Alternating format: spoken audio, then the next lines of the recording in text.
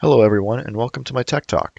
My name is Luke Flynn and today I'll be talking about how the coronavirus pandemic disrupts supply chains. As you all know, COVID started affecting schools in the first half of 2020, with many going online by April.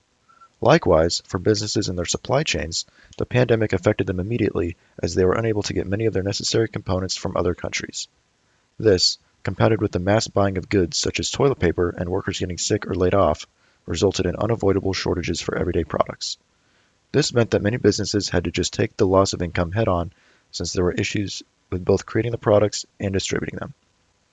This caused disturbances to both supply and demand, along with bottlenecks in many areas, such as distributing products across country borders. The coronavirus caused many problems, such as halting supply chains, employees losing their jobs, and making people fearful of not being able to buy necessities, which led to bulk buying.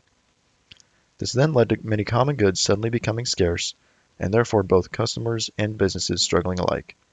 Lastly, businesses were incredibly underprepared for a global pandemic. So for the case study questions, the first is to define the problem described in the case study. What management, organization, and technology factors contributed to this problem?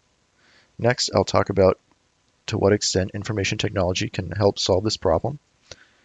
And lastly, what management, organization, and technology issues should be addressed to redesign supply chains to deal with major disruptions such as the coronavirus pandemic. So the main problem that came with the coronavirus is how devastating it was to every major part of a running business, including the supply chain. The key issues it brought included travel restrictions, lockdowns, along with other safety precautions, but it also brought changes in demand, which I'll talk about later. COVID also forced many businesses to become entirely restructured, which led to many employees getting laid off. Not even the employees that weren't fired were guaranteed a job, since many had to quit due to health risks. COVID also affected customers because many got in the mindset of wanting to grab everything for themselves so they don't have to worry about the store running out. Unfortunately, since every shopper had this mindset, it didn't take long for every shelf to become completely empty, as seen in the picture. All of the contributing factors to why the coronavirus was so problematic are emphasized by the fact that many businesses had extremely poor risk management when it came to preparing for a global health crisis. Businesses also do anything they can to maintain the same management system, which makes them resistant to change and therefore extremely difficult for them to adapt to the pandemic.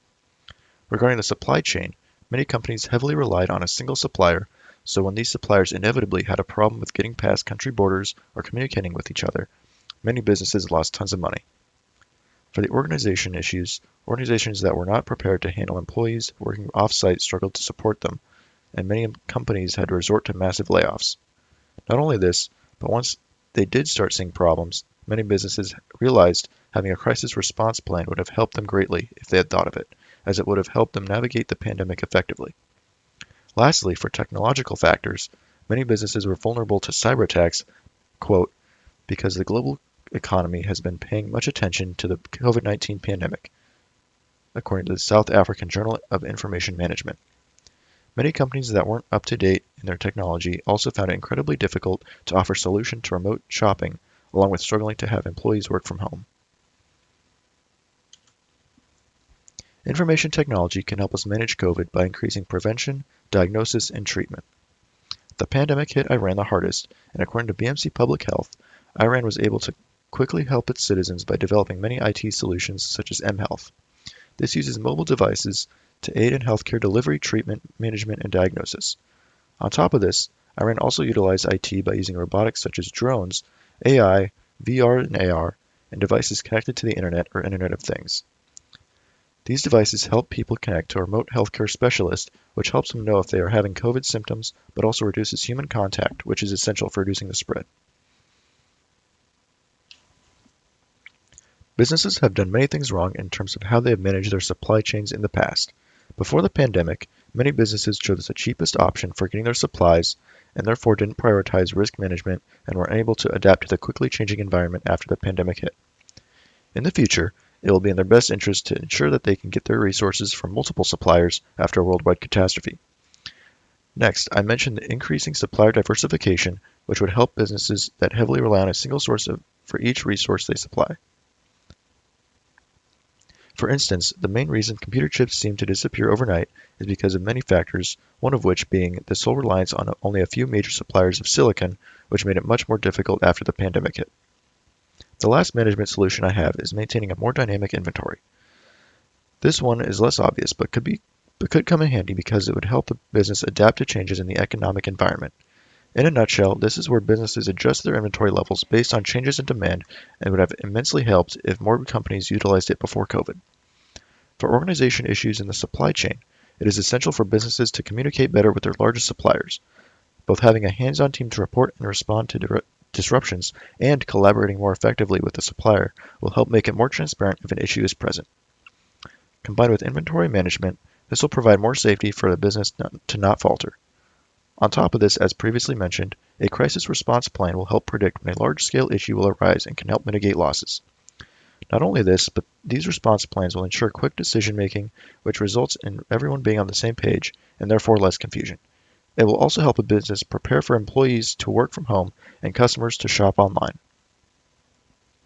For solutions in technology, AI and big data can be used for predictive modeling, which is done by analyzing previously stored data to predict potential issues.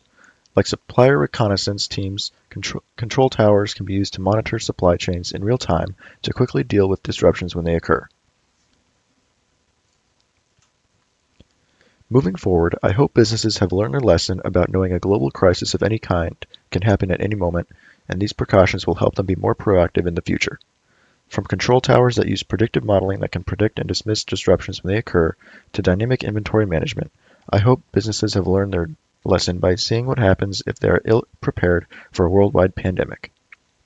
Overall, the entire landscape has been transformed by the COVID-19 pandemic. The most important lesson to be learned is that no matter how big a company or business gets, if it does not have an effective crisis management plan, that business will suffer a catastrophic loss. Due to the coronavirus, businesses will be more willing to use these optimizations to their advantage, which will help them make informed decisions, reduce costs, and meet customer demands effectively. And then here are my sources. And that's all I got. Thank you for listening, and I'll see you guys in the discussion board.